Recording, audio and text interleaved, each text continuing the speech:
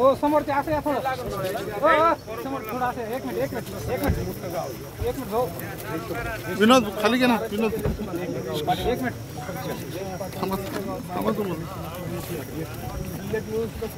Mobile खाली घ्या ना यार मोबाईल खाली घ्या ना तुम्ही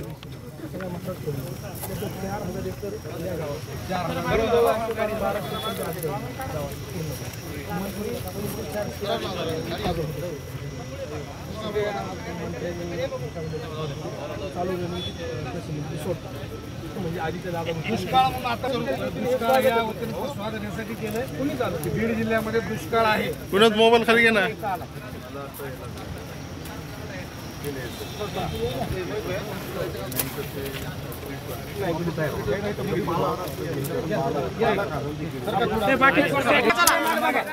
काय राव तू मुद्दा करायला काय थांब ना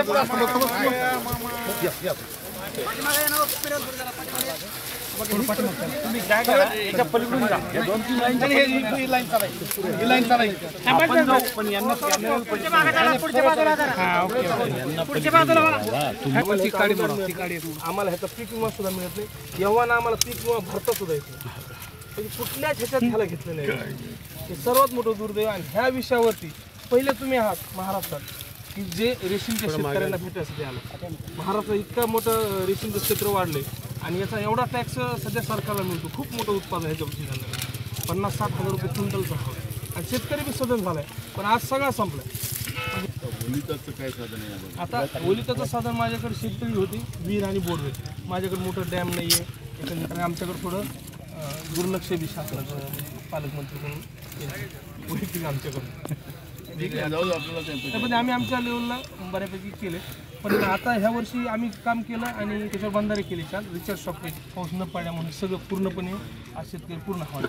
किती एकरामध्ये 1200 शेतकरी गाव एक गाव महाराष्ट्रामध्ये सगळ्यात जास्त देशामध्ये सगळ्यात जास्त गावाची ओळखच झाली रेशमाची म्हणून. पहिल्याचं गाव होतं साहेब. हे हमाली करणारं गाव होतं. 300 लोक रोज हमालीला बाहेर जायचे. 2017 पासून याच्यावर काम केलं मी. 2 टर्म झालं सरपंच. तर आज अशी परिस्थिती की रेशमाची ओळी म्हणून ओळखतो. तर आता ह्या दुष्काळामुळे पूर्णपणे बंद. आमची विनंती एकच आहे. आता आम्हाला हेक्टरी आम्ही तसं निवेदन केलं आहे. मोहन 2 लाख रुपये आणि आम्हाला ह्याचा म्हणजे पीक म्हणून दर्जा द्या. ज्याची 7/12 नोंद व्हावा म्हणून आम्हाला विमा भरता यावा. आणि दुसरी गोष्ट जे नुकसान झालेले शेतकरी त्यांना पुन्हा शासनाकडून लाभ देण्यात. पिकामध्ये याची नोंद नाही ना फळबागामध्ये नाही. देशामध्ये रेशीमची रिक्वायरमेंट जेवढी तेवढी 20% उत्पन्न आहे. 16% आणि बाकी सगळं आयात करतो. त्याच्यावर एवढा पैसा खर्च होतो. आणि ह्याला महसूल बी ह्याच्यातून नगदी क्रॉप आहे. महसूल बी मिळतो ना शासन. महसूल फार मोठा. ज्यावेळेस कच्चा मालातून रेशमची साडी होती त्याला जीएसटी त्यांचा ठरलेला. खर्च जाता साहेब. शेतकऱ्याला ह्याच्यापेक्षा मोठं उत्पन्न कुठलंच नाही. गेल्या वर्षीच आमचा ॲव्हरेज आहे खर्च वगळता 3 लाख रुपये मिळेल. त्याला मला एक सांगा एकरी किती खर्च आहे?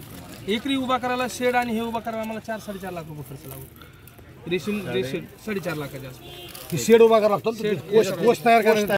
पण प्यायलाच 3 महिन्यापासून टँकर येतं. शेताला काय देणार अशी परिस्थिती. तर फक्त आम्हाला तुमच्यावर आशा आहे. आता तुमच्या गावाला टँकर किती लोकसंख्येचं गाव आहे? माझं 5000 लोकसंख्येचं गाव आहे. 52. किती टँकर चालू आहे? तर एक टँकर आहे. त्याच्या 2 ट्रिपात 48,000 लिटर पाणी देतात. तर त्यात बी तिथं गर्दी झाल्यावर नगर परिषदून पाणी ना. तर तिथं 80-90 टँकर आहेत. कधी कधी नंबर एक ट्रिप. त्याच्यात दुर्दैव असं आहे की तो जो कंत्राटदार 1 मिनिट प्रति व्यक्ती किती पडतं महिन्याचं पाणी येतच नाही तर काय पडेल साहेब. 48,000ची ऑर्डर आहे मला त्याला हे टॅग लावून ठेवले जीपीएस. जीपीएस हो पण ते सगळ्यात दुर्दैव. एकदा एक टँकर आलं पण त्यांच्या रेकॉर्डला 2 टँकर जातात असं करतात ना. आम्ही एकमेव ग्रामपंचायत आहे की जे आम्ही सहायच करीत नाही. आम्ही टँकर भरणारे लोकांचे ते जीपीएस मोटरसायकलला लावतात. ते काय या महाराष्ट्रामध्ये मंत्री कोणते खाते आहेत हेच कळायला कारण नाही. म्हणून आम्ही मुख्यमंत्र्याचाच 1 नंबर ठेवतो. कारण त्याच्यामुळे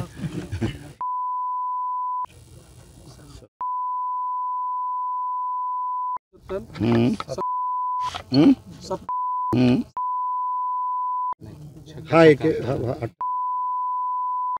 दुसरा लावू. हे लावून बघा. तो लावा. पहिला गावात दुसरा पण वर खाली घ्या. तुमच्याद्वारे कॉल केला गेलेला नंबर यावेळेस नेटवर्क कव्हरेज एरिया म्हणजे संपर्क क्षेत्राच्या बाहेर आहे. कृपया थोड्या वेळाने स्विच ऑफ. दुसरा नंबर सांग.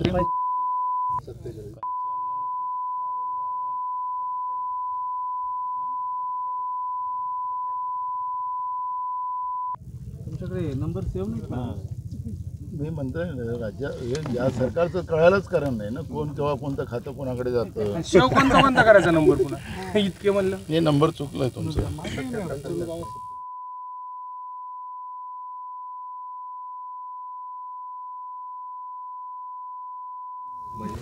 द्वारे डायल केला गेलेला नंबर अमान्य आहे. एकदाही साहेब पालकमंत्री कुठं दौऱ्याला आले नाहीत. कृषी मंत्री जिल्ह्याला आहे साहेब, पण आम्हाला ते कृषी मंत्री कसलाच काय. थांबा. मोदी सरकारनं शहानं धास्ती घेतली असं म्हणून हे नॉट रिचेबल कुठं बसलेत का? मला खरं तर मी तुम्हाला मी तेच सांगतो की खरं तर काँग्रेसला याच्यावरचं कुठलंही राजकारण करायचं नाही. मी आत्ता मुख्यमंत्र्यांना फोन याच्यासाठी लावला, या कृषी मंत्र्यांना याच्यासाठी फोन लावला होता की, आणि ते योगाने इथले पालकमंत्री आहेत. आमचा मुद्दा एवढाच होता की ह्या वेदना त्यांना कळवायच्या आणि तातडीने ह्या उपाययोजना केल्या पाहिजेत, एवढंच आमचं मत आहे. आम्हाला याच्यात कुठेही अजिबात राजकारण करायचं नाही आहे. मी सातत्यानं गाडीमध्ये ट्राय करत होतो मुख्यमंत्र्यांना की एकदा सांगू किंवा मी इकडे दौऱ्यात आहे आणि आपण थोडं लक्ष घाला, इथं अशी परिस्थिती आहे, इथली भयावह परिस्थिती आहे. बँका कर्ज द्यायला तयार नाहीत शेतकऱ्यांना. तुम्ही तो सिबिलचा कायदा लागू शेतकऱ्यांवर केला, त्यामुळे बँकासुद्धा कर्ज द्यायला तयार नाही. पुन्हा शेतकऱ्यांना सावकाराच्या दारात तुम्ही पाठवायला जे सुरुवात केलेली आहे ती चुकीची होणार. ह्या सगळ्या वेदना आम्ही सांगतो. बियाणाचा प्रश्न अजून निर्माण झालेला, हंगाम सुरू होती आहे, त्याचं बियाणामध्ये काळा बाजार मोठ्या प्रमाणात होत आहे, खतामध्ये काळा बाजार होत आहे. आणि ही सगळी जी परिस्थिती आहे की शेतकऱ्यांवरच का तुम्ही ओढवताय, ही आमची त्याच्यातली भूमिका आहे. आणि काँग्रेस पक्षाला याच्यामध्ये अजिबात कुठलं राजकारण करायचं नाही. आमची भूमिका शेतकऱ्याला न्याय मिळाला पाहिजे, लोकांना स्वच्छ पाणी पिण्याला मिळालं पाहिजे. टँकर माफिया तुम्ही तयार करू नका आणि जनतेची तिजोरी लुटू नका. जेवढा काही पैसा खर्च केला जाईल तो पैसा लोकांच्या उपयोगी ठरला पाहिजे, ही भूमिका काँग्रेस पक्षाची आहे आणि त्यासाठी मी इथं आलेलो आहे. हे सगळं थांबवण्यासाठी कुठेतरी परिवर्तन होईल अशा अपेक्षा आहेत. बघा, जनतेने परिवर्तनाचा निर्णय घेतलेला आहे. या लोकसभेमध्ये आपण पाहिलं की लोकांनीच निवडणूक हातात घेतलेली होती आणि ज्या लोकांची मोनोपल्ली होती, पैशाच्या भरोशावर निवडून येण्याची जी कोणाची मानसिकता होती, यावेळेस लोकांनी सगळ्यांना सांगितलं की आता ही मोनोपल्ली चालणार नाही. आता आम्हाला आमचं सरकार पाहिजे, जे शेतकऱ्यांचं पाहिजे, तरुणांचं पाहिजे, बेरोजगारांचं सरकार पाहिजे, त्याला न्याय देणारं सरकार पाहिजे. हे लोकांनी ठरवलेलं, जातपातच्या पलीकडे लोकांनी या निवडणुकीमध्ये महाविकास आघाडीला मतदान केलेलं आहे आणि ते 4 तारखेला आपल्याला नुकसान तर अतोनात झालेलं आहे, पण झोपी गेलेलं सरकार केव्हा जागं होईल ही चिंता माझ्या मनात, या सगळ्या दुःख पाहून शेतकऱ्यांचं, गावकऱ्यांचं, त्याच्यामध्ये मला जाणवायला लागलेलं आहे. मी आत्ता मोसंबी शेतकऱ्यांच्या शेत्या पाहून आलो, त्या सगळ्या वाढल्यात. तुतीची शेती जिथं मोठ्या प्रमाणात रेशीम उद्योगाचं काम या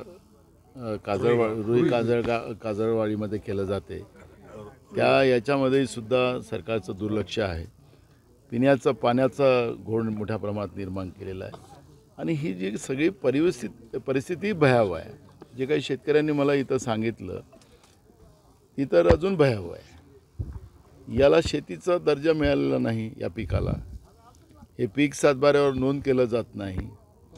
आखरी शेतकऱ्यांनी याला ज्या पद्धतीनं एक उद्योगाच्या रूपाने आणि प्रामाणिक शेती करण्यासाठी त्यांनी हा जो प्रयत्न केला, ज्या गावात लोक हमालीला दुसरीकडे जायचे तिथं लोकांना, बाहेरच्या लोकांना रोजगार द्यायची व्यवस्था निर्माण केली, तर सरकारने याला प्राधान्य द्यायला पाहिजे.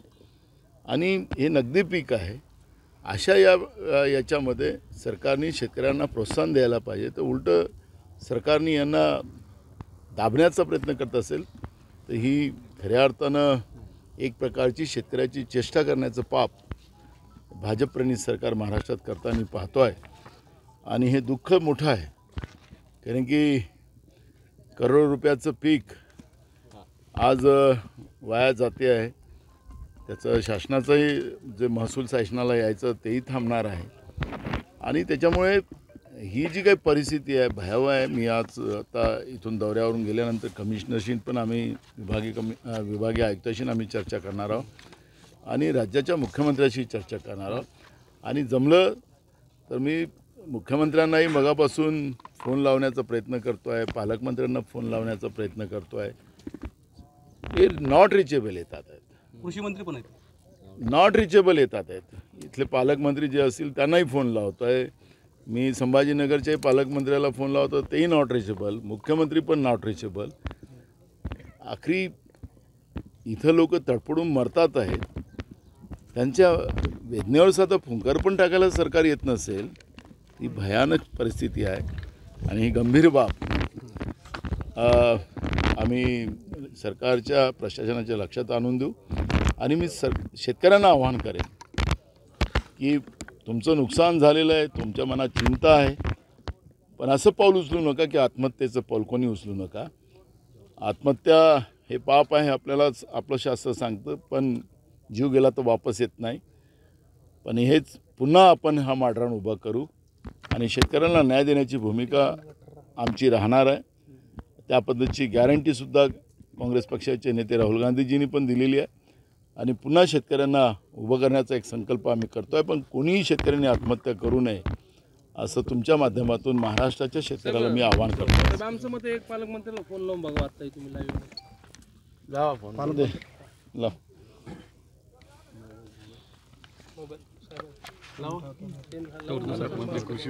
दुसरा प्रश्न घेतो फोन लावतो. यालाच अनुसरून ना असं म्हणाले की सरकार लोकसभेच्या निवडणुका झाल्या, कुठेतरी आकड्याची जुळवाजुळव करण्यामध्ये सरकार मग्न आहे का? बिहार असेल, महाराष्ट्र असेल, इथं भाजप पिछाडीवर आहे. त्यामुळे अमित शहा असतील, नड्डा असतील, यांची रात्री बैठक झाली आणि ती धास्तीमध्ये आहेत असं तुम्हाला वाटतं म्हणायचं? बघा, मूळ प्रश्न लोकशाहीमधला एवढाच आहे, सत्ता येते जाते. काँग्रेस पण गेले 60 वर्ष या देशाच्या सत्तेमध्ये होतं. हारणं जिंकणं चालत राहतं. पण ज्या विश्वासाने लोक सत्तेवर आपल्याला बसवतात त्या विश्वासाचं फलित करणं आणि लोकांच्या दुःखात धावून जाणं हा सगळ्यात महत्त्वाचा भाग आहे. पण आज आपण पाहतो आहे की सरकार पुन्हा कसं येईल आणि पुन्हा शेतकऱ्याला आत्महत्या करायला आम्ही अजून लावू असं सरकारचं मत असेल तर ही लोकशाही अशी व्यवस्था या देशाच्या शेतकऱ्यांना आणि गरीब माणसाला नको अशा भावना होतात. आज मतदानाचा टक्का कमी होण्यामध्ये जो काही आपण परिणाम पाहतो आहे त्याच्यातला लोकशाहीवर जनतेचा अविश्वास हाही त्या ठिकाणी होऊ शकतो. मतदानाचं प्रमाण कमी होणं हे सुद्धा जे आपल्याला जाणवतं त्याची कारणं ही पण राहू शकतात. आणि म्हणून मी स्वतः आता मुख्यमंत्र्याला ही भावना व्यक्त आपल्या समोर करतो आणि त्यांना फोन लावलेला आहे. बघू काय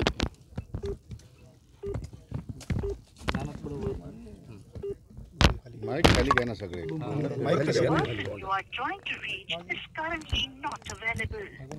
आपण ज्या नंबरवर कॉल करण्याचा प्रयत्न करत आहात तो आता अवेलेबल त्यांचा मोबाईल नंबर आहे, कृषी मंत्री आपल्या मुख्यमंत्र्यांचा नंबर आहे.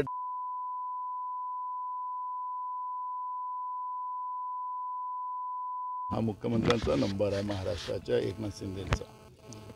हे नॉट रिचेबल. कृषी मंत्री बीड जिल्ह्याचे त्यांचा एक लावा. कृषी मंत्री बिन पालकमंत्री तेच आहे. आणि मुली असुरक्षित राज्यात महाराष्ट्रामध्ये कायदा सुव्यवस्थाच राहिलेला नाही. मुंबईसारख्या शहरात जिथं सरकार राहते, पुण्यासारख्या शहरामध्ये सरकार राहते, त्या ठिकाणी सुद्धा कायदा सुव्यवस्था साधित नसेल तर पुण्याच्या ग्रामीण भागात काय अवस्था असेल, महाराष्ट्राच्या अनेक शहरात अनेक ग्रामीण भागामध्ये काय अवस्था असेल. एबीपी माझा, उघडा डोळे बघा नीट.